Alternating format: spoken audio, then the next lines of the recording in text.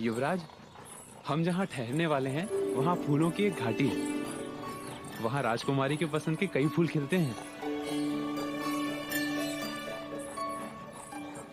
देखो, मार्ग में 2 मोर जा रहे हैं।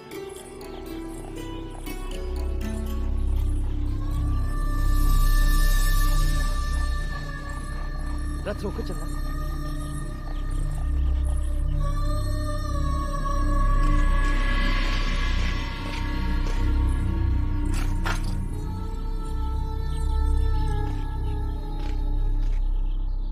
आप लोग पीछे क्यों जा रहे हैं? यदि हम आपसे कुछ पूछेंगे तो अनर्थ नहीं होगा। ये मयूर पंख आपने अपनी कमर पे क्यों बांधे हैं? क्या ये यहाँ की कोई रीत है अथवा प्रथा? नहीं, दोनों ही नहीं। तो कारण क्या है? केवल शरीर का सुशोभन या नृत्य की वेशभूषा का कोई भाग? ना युवराज, ये ना शरीर सुशोभन है और ना ही किसी नृत्य के लिए वेशभूषा। हम अधम वर्ण से हैं। युवराज वर्ण भेद को नहीं मानते, बिना संकोच के कहो। यहाँ का नियम है युवराज, हमारे छूने से मिट्टी अपवित्र हो जाती है। हमारे पचिन्हों पर ब्राह्मणों और क्षत्रियों के पद न पड़े, इसलिए हमें अपने पद चिन्ह मिटाने पड़ते हैं। इसीलिए प्रत्येक शूद्र अपनी कटी पर ये मयूर पंख बांधते हैं।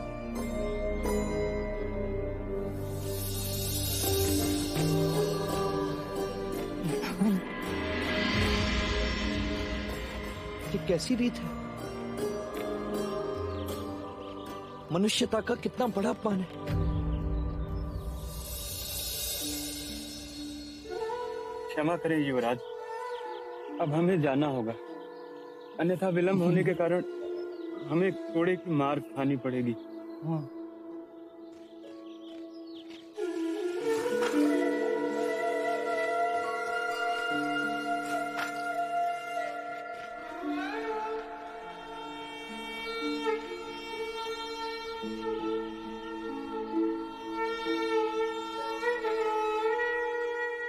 निवेदन तो केवल इतना ही है महाराज कि युद्ध में विजय के पश्चात प्रसन्नजीत ने शाक्य राजाओं को युद्ध खर्च देने की बात कही थी, परंतु प्रसन्नजीत अभी तक चुप है और अब तो युवराज भी चले गए। युद्ध में हथियारों के निर्माण में हमारे राजकोष को भारी हानि पहुंची है महाराज, और अब तो स्थिति यह है कि राजकोष में आपातकाल के लिए भी धन नहीं बचा। आप चिंता न करें, आप मंत्री उदयन से मिलकर आवश्यक धन राजकोष से ले ले।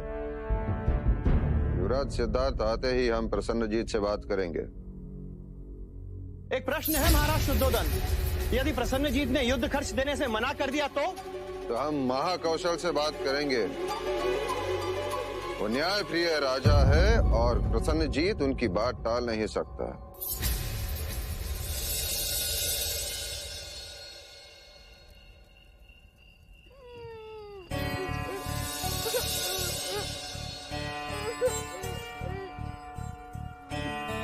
तुमने कुछ सुना गोपा? क्या? किसी बालक के रोने की आवाज।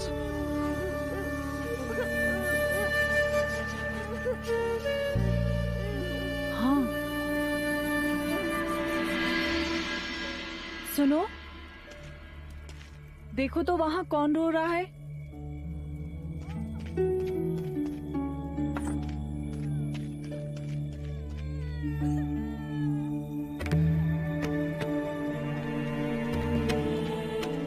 छोटा सा बालक है अशोक भाई।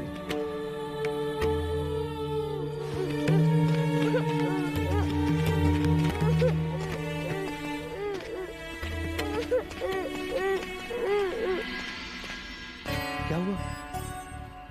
कौन हो तुम और क्यों रो रहे हो? क्या नाम है तुम्हारा? मैं दारुण, तुम्हारा भाई है ना भाई, इतना बड़ा। हाँ, क्या हुआ तुम्हारे भाई को? उसे राज के सैनिक ले गए। सैनिक? सैनिक क्यों ले गए उसे? उसे काला जुआर था। तो उसे वैद्यराज के पास लेके गए होंगे। ना, उसे नई नगरी ले गए।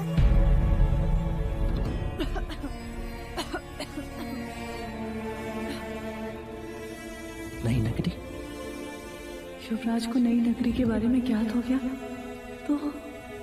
तो अनर्थ हो जाएगा। लगता है डर गया होगा। हमें शीघ्र ही इसके माता पिता के पास जाना चाहिए। आपका घर कहाँ है? उधर। क्या तुम चलोगे? हाँ हाँ, क्यों नहीं, अवश्य। परंतु इस अंधेरे में अनजान जंगल से जाना उचित न होगा युवराज।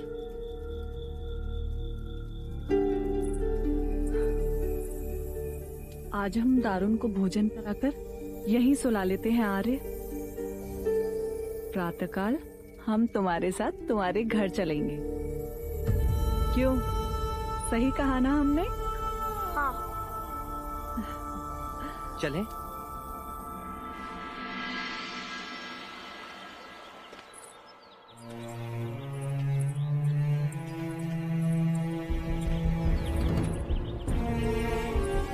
आइए ना महाराज, आइए आइए।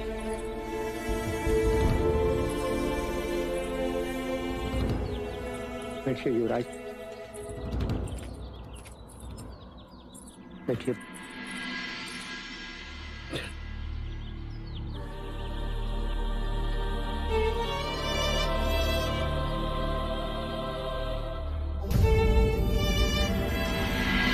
खाने में जो था तो आपको दे दिया है युवराज। आप खाएंगे तो हमें खुशी होगी।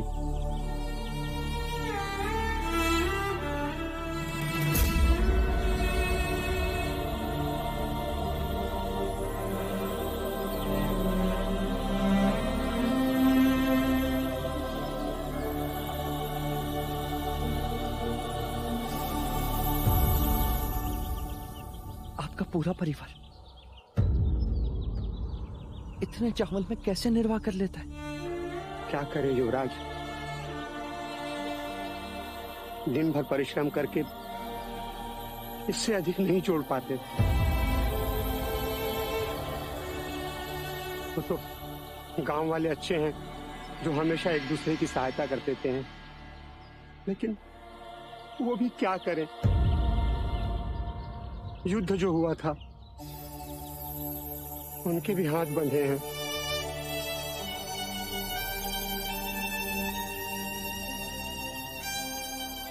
आपका दारुण कह रहा था राज्य के सैनिक इसके भाई को कहीं ले गए, किसी नई नगरी में।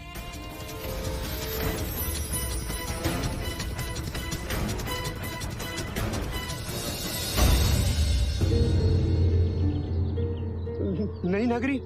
नहीं युवराज, अर्थात आरोग्य धाम। सुना है वहां रोगियों की बड़ी अच्छी चिकित्सा होती है। बड़े बड़े वैद्यराज वहां पर हैं। मेरा बड़ा पुत्र बीमार था तो संबंधी के घर आरोग्य धाम इलाज के लिए भेज दिया था युवराज। ये अपने भाई से बड़ा स्नेह करता है, इसीलिए रोता है।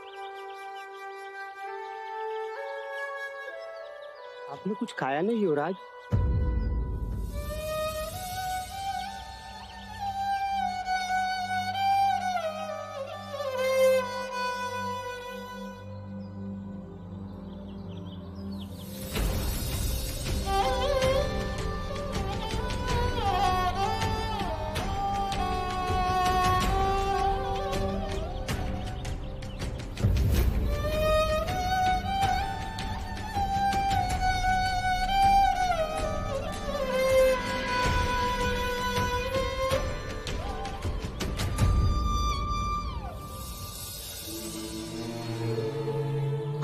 सिद्धार्थ है ना? हाँ। मैंने सुना है कि आप सब कुछ कर सकते हैं। हाँ, कदाचित मैं अवश्य प्रयत्न करूंगा।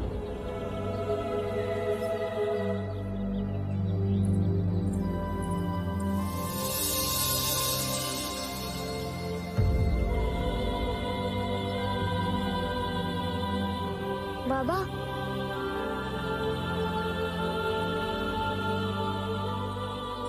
वो युवराज थे। नहीं, ईश्वर।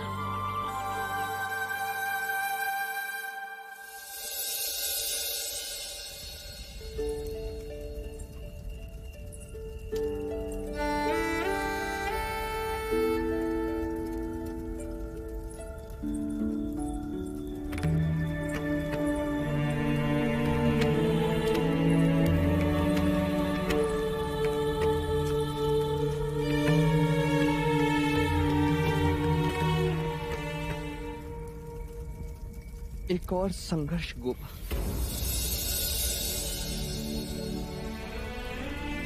एक मनुष्य इतना गरीब कि उसको पेट भरने के लिए चावल का एक दाना नहीं, और एक मनुष्य इतना धनी कि यज्ञ में ब्राह्मणों को सोने का दान दे और पशुओं की बलि चढ़ाए। इतनी विषमता क्यों?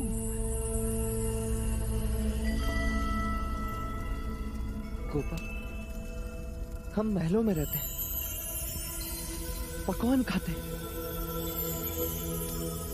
तो फिर मिट्टी में रहने वालों को कैसे समझ पाएंगे?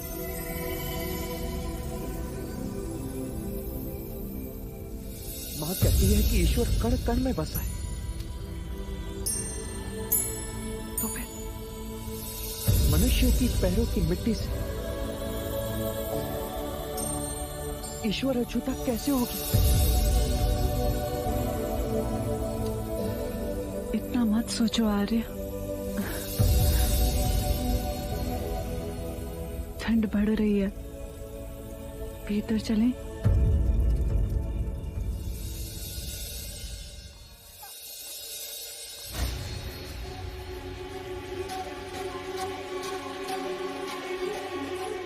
राजकुमारी, युवराज को ही पिला दीजिए, उनकी ठंड दूर हो जाएगी। मना किया था कि ठंडे पानी से संध्या में स्नान ना करें, पर युवराज माने ही नहीं। अब औषधि के साथ साथ दाने क्यों पिला रही हो गोपा? राजकुमारी, आप चिंता ना करें। जब ऋतु बदलती है, उसके बदलाव से हर किसी को ठंड लगती है, फिर शरीर को उसकी आदत हो जाती है। और वैसे भी युवराज पहली बार ऐसे शीत प्रदेश में आए हैं।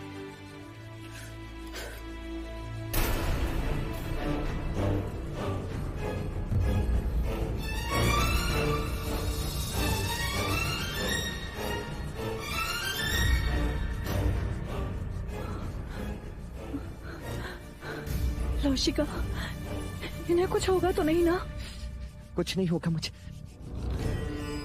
यदि कुछ हुआ भी तो हम भी नई नगरी चलेंगे। दारुण के पिता कह रहे थे ना कि वहां सबकी चिकित्सा होती है, बड़े बड़े वैद्यराज हैं वहां। कुछ नहीं होगा मुझे।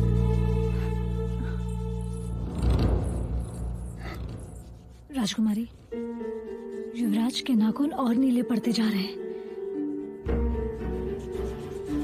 अब जो करना है वो आप ही को करना है। ऐसी परिस्थिति में देह अग्नि ही अंतिम उपचार है।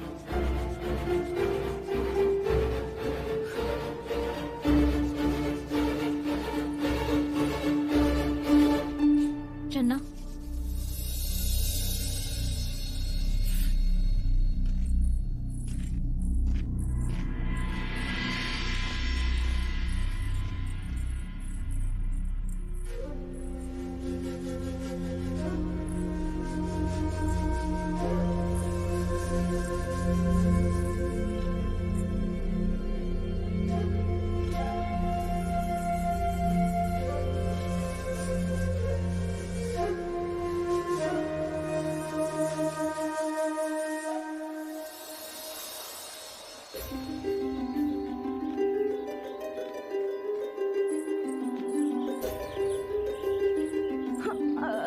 ठहरो, कहाँ जा रहे हो?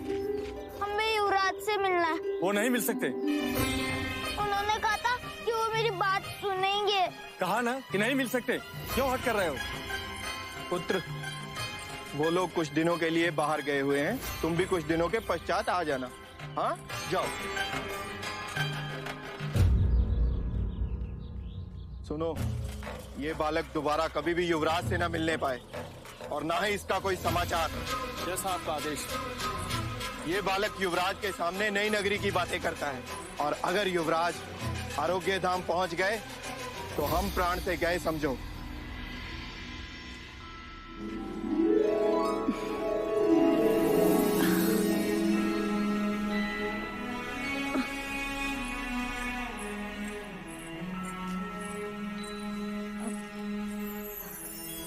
युवराज कैसे हैं? कुछ आराम हुआ? हाँ, वो तो प्रातःकाल होते ही सूर्योदय देखने भी चले गए। अर्थात देह रखने का उपचार सार्थक निकला।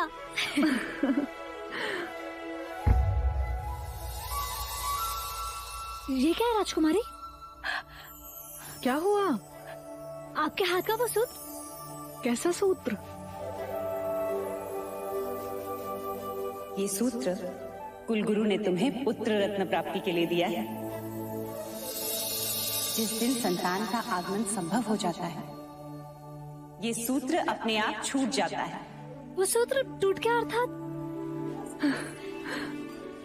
क्या ये सच है?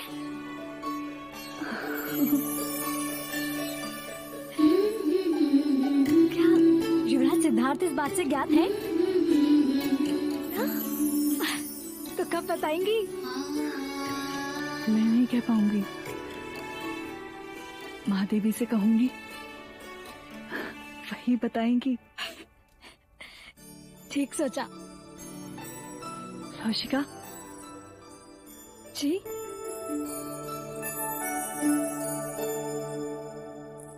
मैंने सुना था कि तुम सिद्धार्थ की दाई माँ थी। अब सिद्धार्थ की संतान की दाई माँ बनोगी।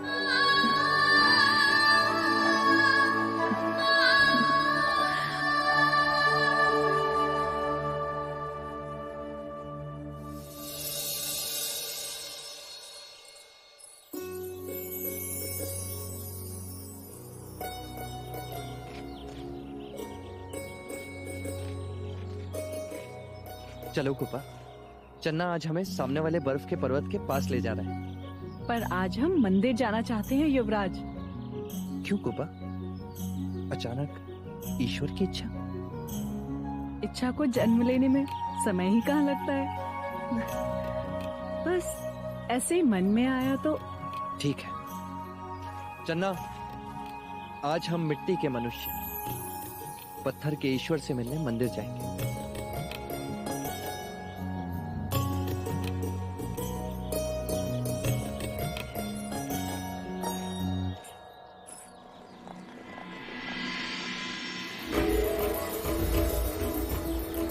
तुम नहीं बताना चाहती तो ठीक है, परंतु कोई बात अवश्य जो तुम्हारा चेहरा खुशी से चमक रहा है।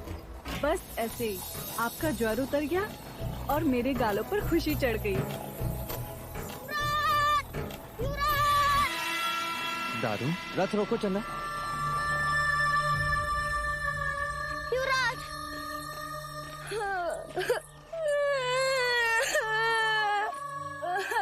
क्या हुआ दारुन? क्यों इतना रो रहे हो? हमारा भाई है ना, भाई बड़ा कल रात वापस आ गया था। हम सबसे बातें भी कर रहा था और आज सुबह से कुछ ही नहीं बोल रहा है। उसे सब नदी किनारे ले गए। सुनो, इस समय तुम अपने भाई के पास जाओ दारुन। युवराज मंदिर जाकर अवश्य तुम्हारे घर आएंगे। नहीं युवराज, आप चलिए ना। दारुन, हमें पहाड़ी वाले मंदिर जाना है, देर हो जाएगी। नहीं युवराज, आप चलिए।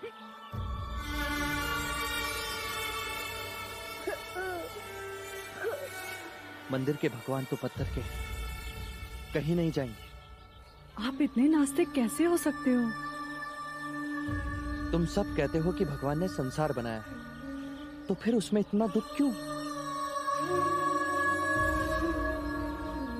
इस बालक की आंखों में आंसू क्यों? मुझे लगता है सबसे पहले हमें इसकी समस्या का हल ढूंढना चाहिए। चलो दारू।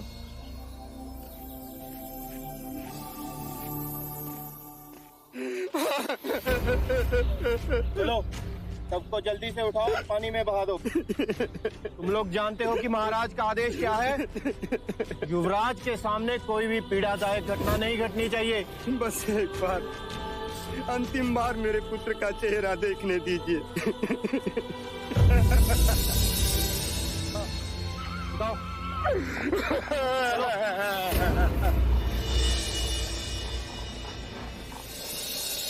रुक जाइए।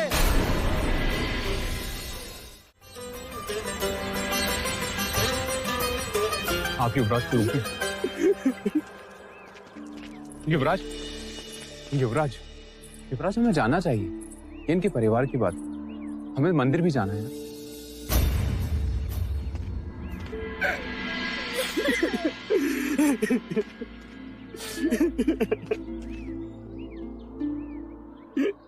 ये क्या कर रहे हो आप? एक गरीब मनुष्य कर भी क्या सकता है। मैं अपने अमृत पुत्र को नदी में बहा रहा हूँ। पर आपने तो इसे आरोग्य धाम भेजा। भाग आया वहां से, हमसे दूर नहीं रह पाया। क्या पता आखिरी बार मिलने आया था।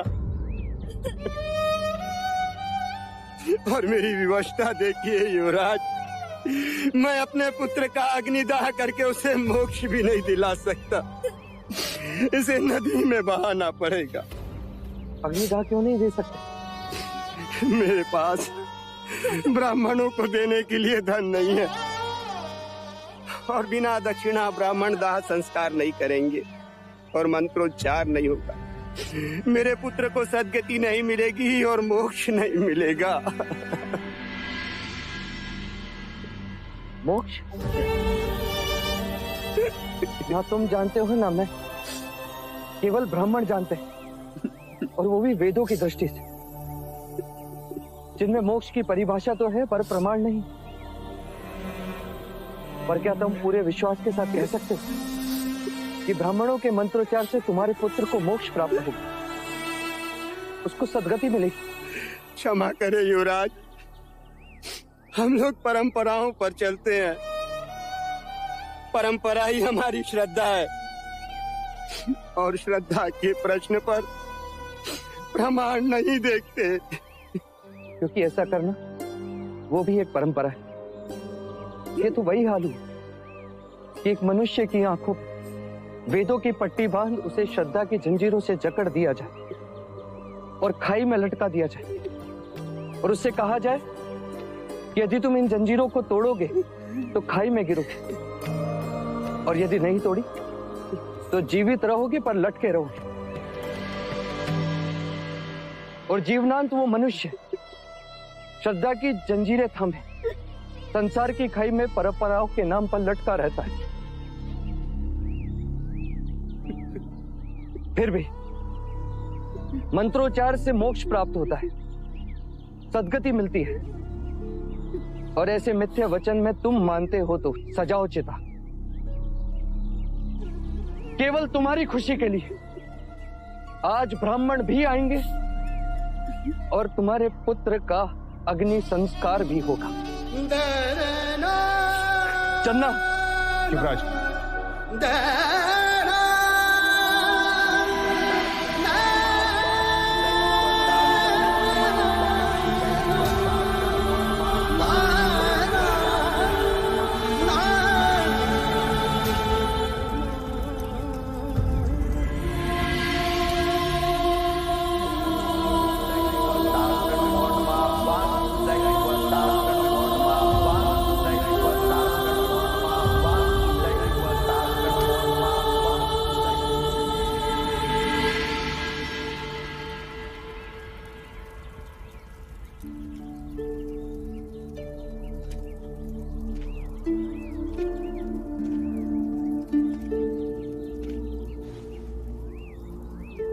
चिता राख हो गई।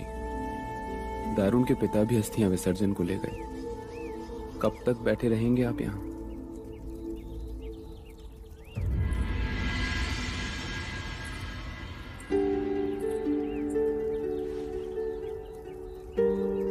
क्यों होती है जीवन के प्रति इतनी घृणा?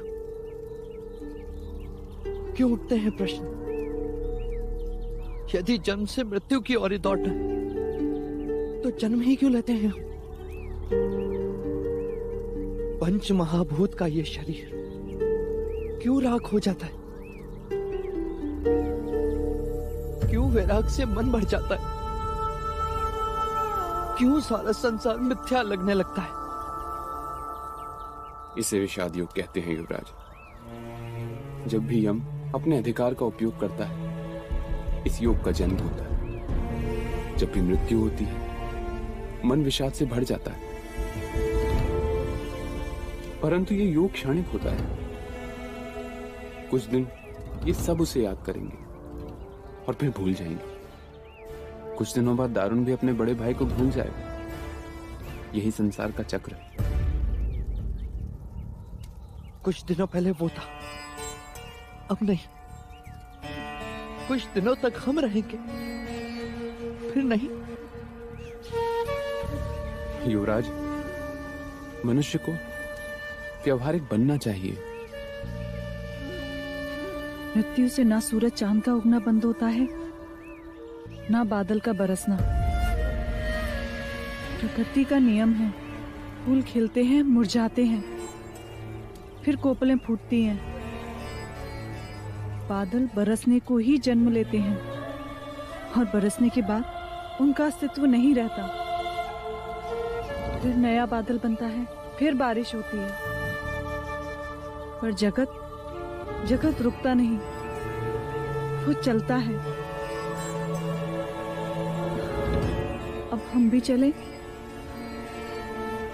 हाँ, हम भी चलते, यहाँ से दूर। कल प्रातःकाल ही मैं आपको दूसरे शाक्य प्रदेश ले जाऊंगा। ऐसी जगह ले जाऊंगा कि नहीं चलना,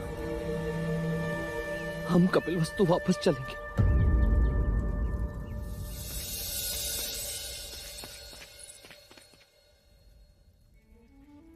इसके सिवा सारे वस्त्र बांध दो। जी।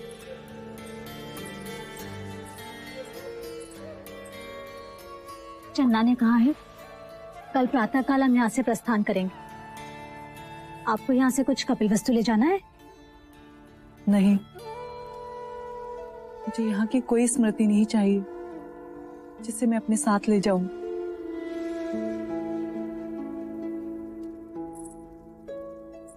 युवराज की तरफ आपका मन भी अप्रसन्न है। एक सुझाव दूं, युवराज को ये शुभ समाचार दे ही दीजिए, फिर देखिए कैसे उदासी दूर हो जाती है। रात में भी दिन निकल आएगा। नहीं लोशिका, इस समय वो जीवन के आनंद का नहीं, जीवन के दुख का अनुभव कर रहे हैं। इस समय उन्हें ये समाचार दूंगी तो उनके चेहरे पर वो आनंद ना होगा जो मैं अपनी संतान के लिए देखना चाहती हूँ।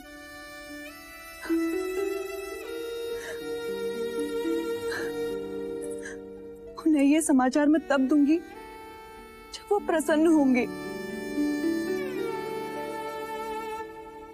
मैं आपकी वेदना समझ सकती हूँ राजकुमारी, चाहते हुए भी आप ये समाचार उन्हें नहीं दे सकते।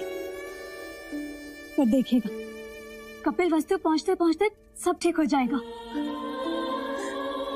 इस समय मुझे माँ प्रजापति की बहुत याद आ रही है। बस किसी भी तरह यहाँ से निर्विघ्न कपिलवस्तु पहुंच जाए लोशिका।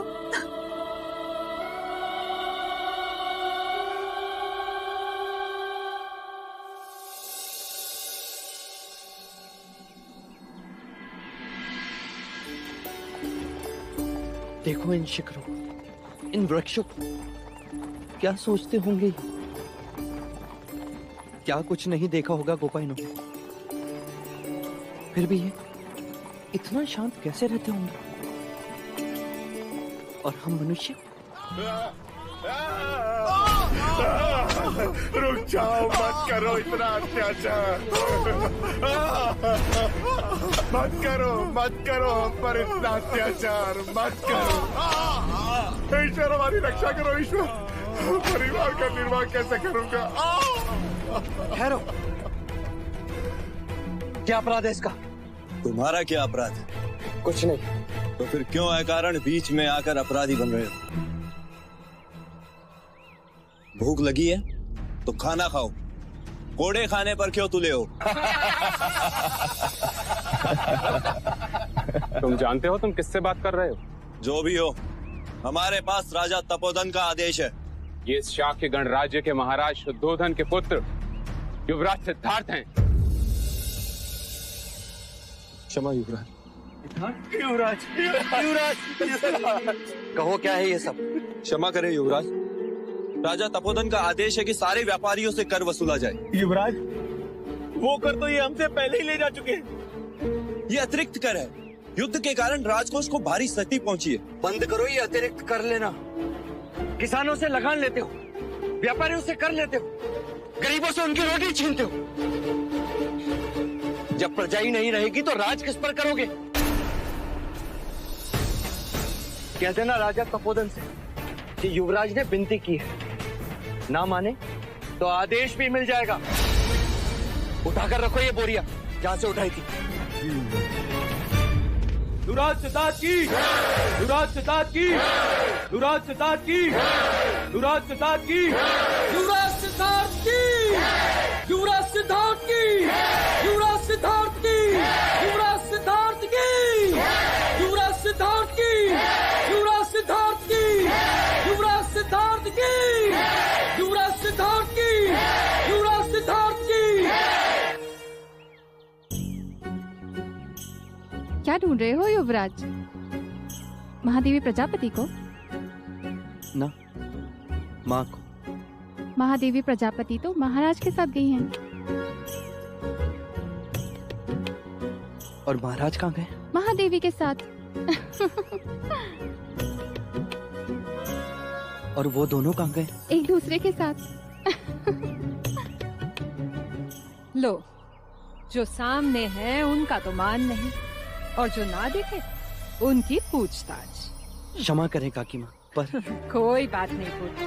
पर तुम अचानक लौट क्यों आए? तुम्हें तो पूरे शाक्य गणराज्य का भ्रमण करना था। हाँ काकी, वहाँ मन अप्रसन्न रहता था और आप सबकी याद भी आती थी, इसीलिए हम लौट आए।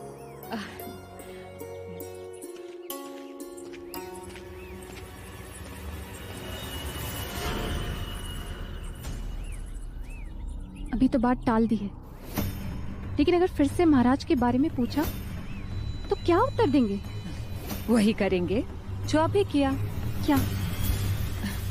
अभिनय।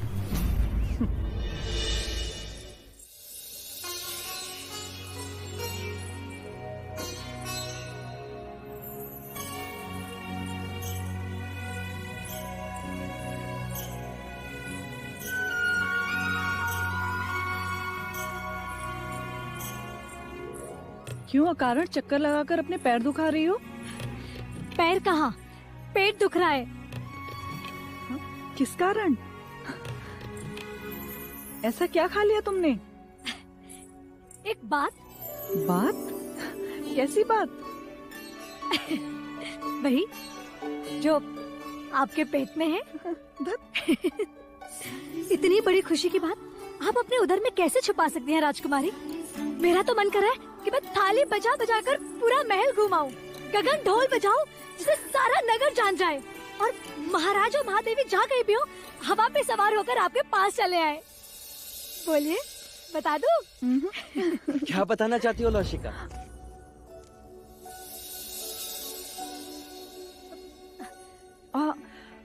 यही कि हम दिए जलाने मंदिर जा रहे हैं।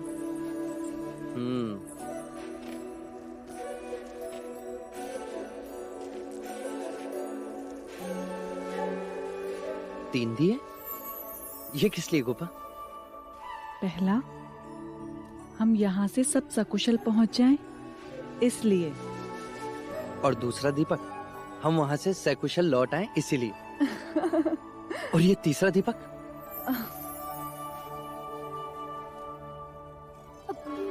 मैं चन्ना से कहकर तैयार करवाती हूँ।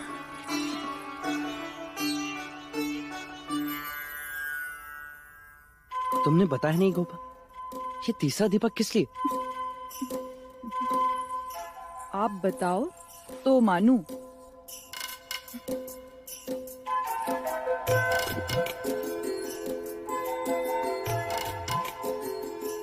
आज कोई त्योहार है? नहीं। तो आज किसी का जन्मदिन होगा? हम्म। मेरे लिए? नहीं। तुम्हारे लिए? मेरे मन की शांति के लिए? नहीं। तुम्हारी बाली खो गई थी जो तुम्हें मिल गई, इसीलिए? तो फिर किस लिए गोपा?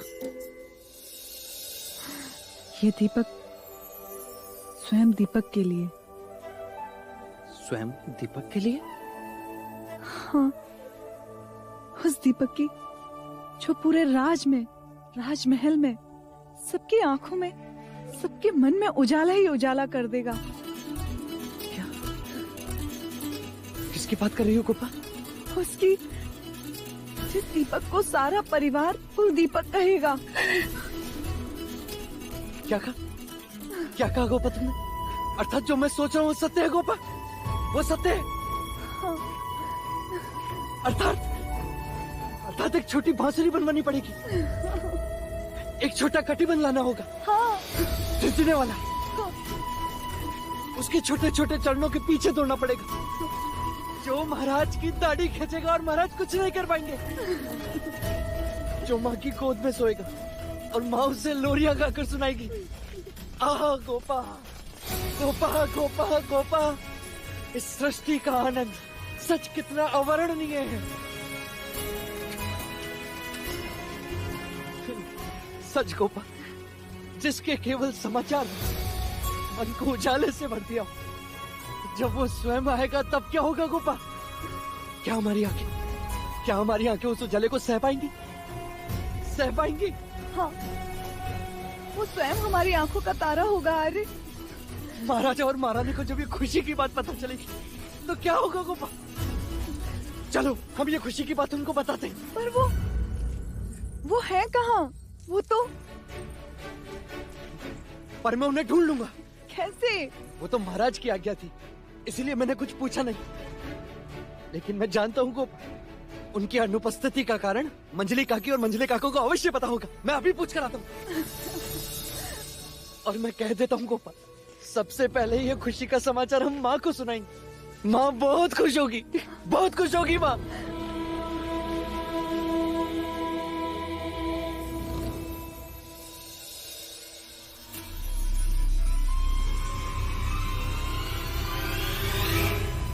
ये क्या कर दिया मंगला? क्या हुआ? पैरों के नुपुर को शीश का आभूषण बना दिया।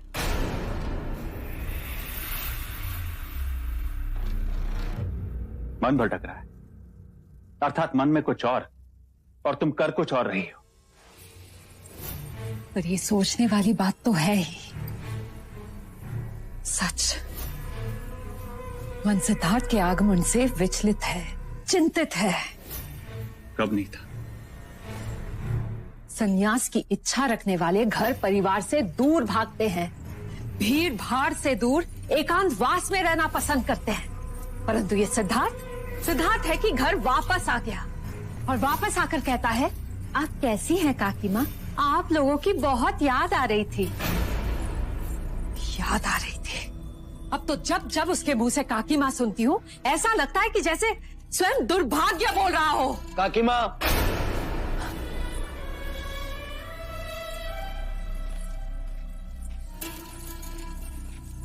क्या हुआ पुत्र? काकी माँ, मैं इसी घड़ी महादेवी से मिलना चाहता हूँ। ऐसी कौन सी विपदा आन पड़ी जो हम नहीं सुलझा सकते? विपदा नहीं काका, घोषणा को। घोषणा? हाँ, समाचार खुशी का है, पर मैं चाहता हूँ कि सबसे पहले ये समाचार माँ सुन। बताइए ना, माँ कहाँ है? रोहिणी नदी के तट पे। रोहिणी नदी के तट पे? हाँ, कुछ पूजा पाठ करने गए हैं, कदाचित तुम्हारी मनोशांति के लिए। आ गया काकी माँ, मैं चलता हूँ, उन्हें साथ लेकर ही लौटूंगा। और हाँ, लौट कर आते ही बड़ी खुशी का समाचार दूंगा। अवश्य। ये क्या करती है मंगला? महाराज ने किसी को बताने से मना किया था। ऐसा कौन सा अपराध कर दिया मैंने?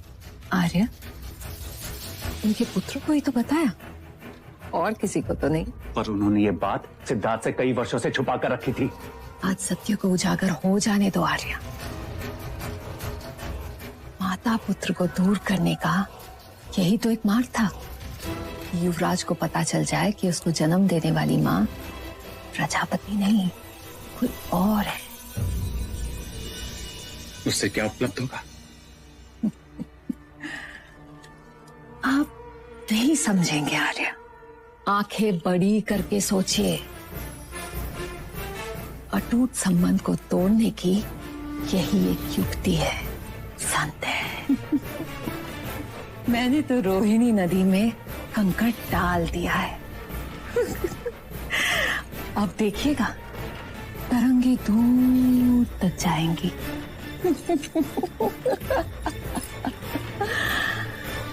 कभी कभी मंगला कमाल कर जाती है ना आर्य? नमो नमः वास्तुदैवताकण नमो नमः मातृपितृभ्यो नमो नमः सर्वेभ्यो देवेभ्यो सर्वेभ्यो ब्राह्मणभ्यो नमो नमः।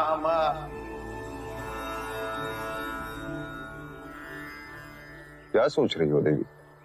न जाने क्यों आज अचानक अपराधी भावना का अनुभव हो रहा है। ऐसा क्यों? माँ का तर्पण श्राद्ध पुत्र का अधिकार होता है और हमने सिद्धार्थ से यह अधिकार छीन लिया। सत्य है,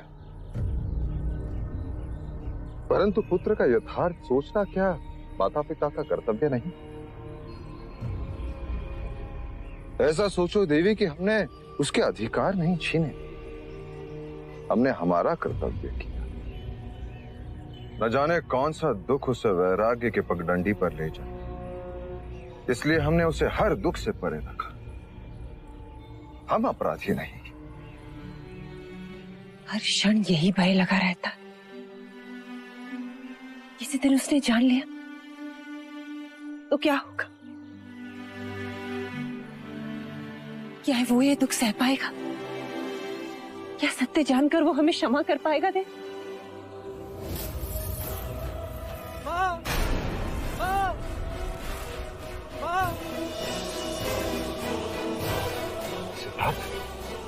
सिद्धार्थ लौटा है।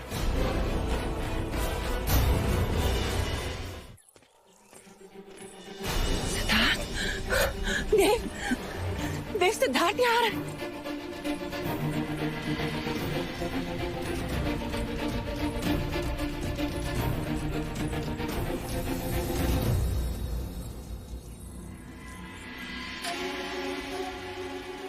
युवराज तुम कब आए? इतने शीघ्र कैसे लौटे? क्या हुआ गोपा? चिंता का कोई कारण नहीं पिताजी। पहले आप बताएं, आपने महल में ऐसा आदेश क्यों दिया कि आप यहाँ हैं और ये बात सबसे गुप्त रखी जाए?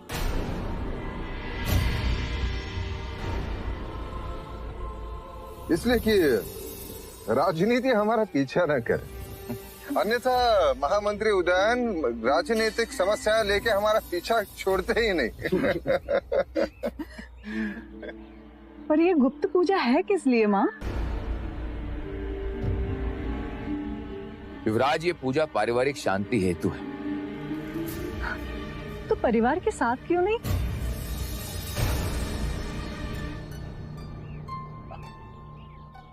अब आप दोनों आ ही गए हैं तो परिवार भी पूर्ण हुआ। तो ठीक है, पहले पूजा समाप्त कर ली जाए।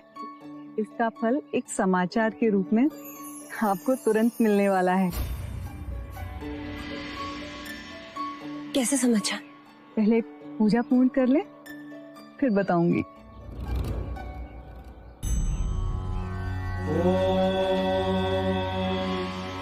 श्राद्धरम्भे गयां ध्यात्वा ध्यात्वा देवं गदाधरां स्वपितॄन् मनसा ध्यात्वा ततः श्राद्धं समाचरेत्। इदं पिण्डं ते मया दीयते तौ प्रतिष्ठताम्। पिण्डदानेन पिंड स्वरूपी जनार्दन वासुदेवा प्रियताम नमः। युवराज, अब इस पिंड को नदी में बहा दें।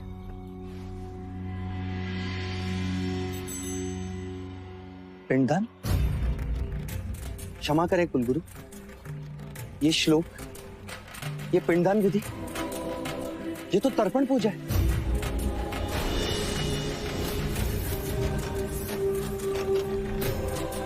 हाँ युवराज, ये सत्य है। किसका तर्पण कर रहे हैं आप? दान के लिए ये चूड़ी, ये कपड़े, ये सिंदूर, किसका तर्पण हो रहा है यहाँ?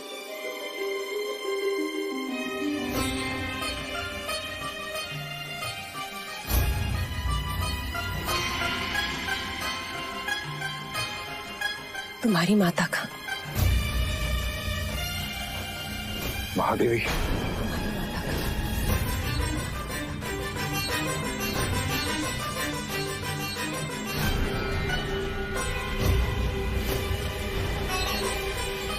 ये क्या अशुभ बोल रही है मां? जीते जी कोई अपना तर्पण करता है? सिद्धार्थ, हमने बहुत प्रयत्न किया कि तुम्हें इस दुख से दूर रखें,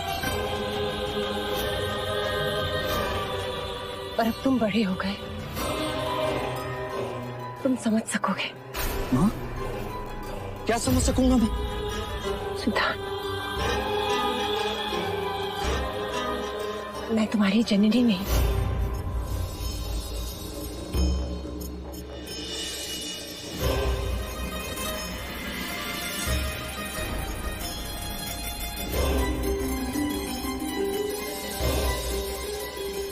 तुम्हारी जन्मदात्री मेरी बड़ी बहन महामाया थी।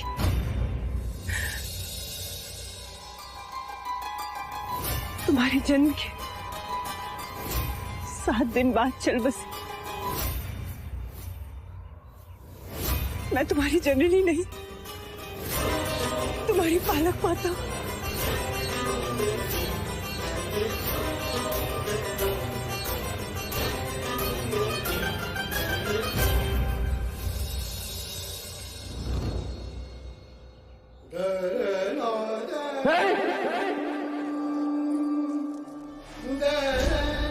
संभालो सर को। अरे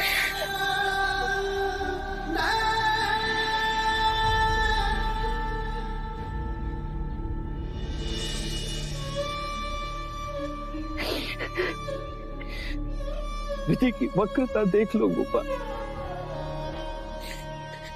समय का ये शाप योग देख लो। मैं और गोपाल आपको अपनी आने वाली संतान का समाचार देना चाहते थे और आपने मुझे मेरी माँ की मृत्यु का समाचार दे दिया।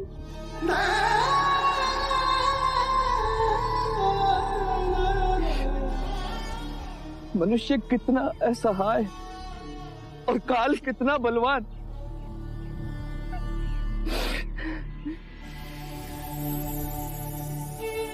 क्या एक दिन में तुम्हें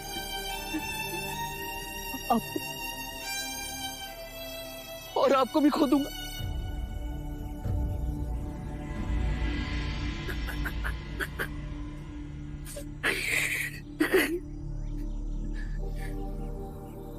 मैं भी कहीं खो जाऊंगा।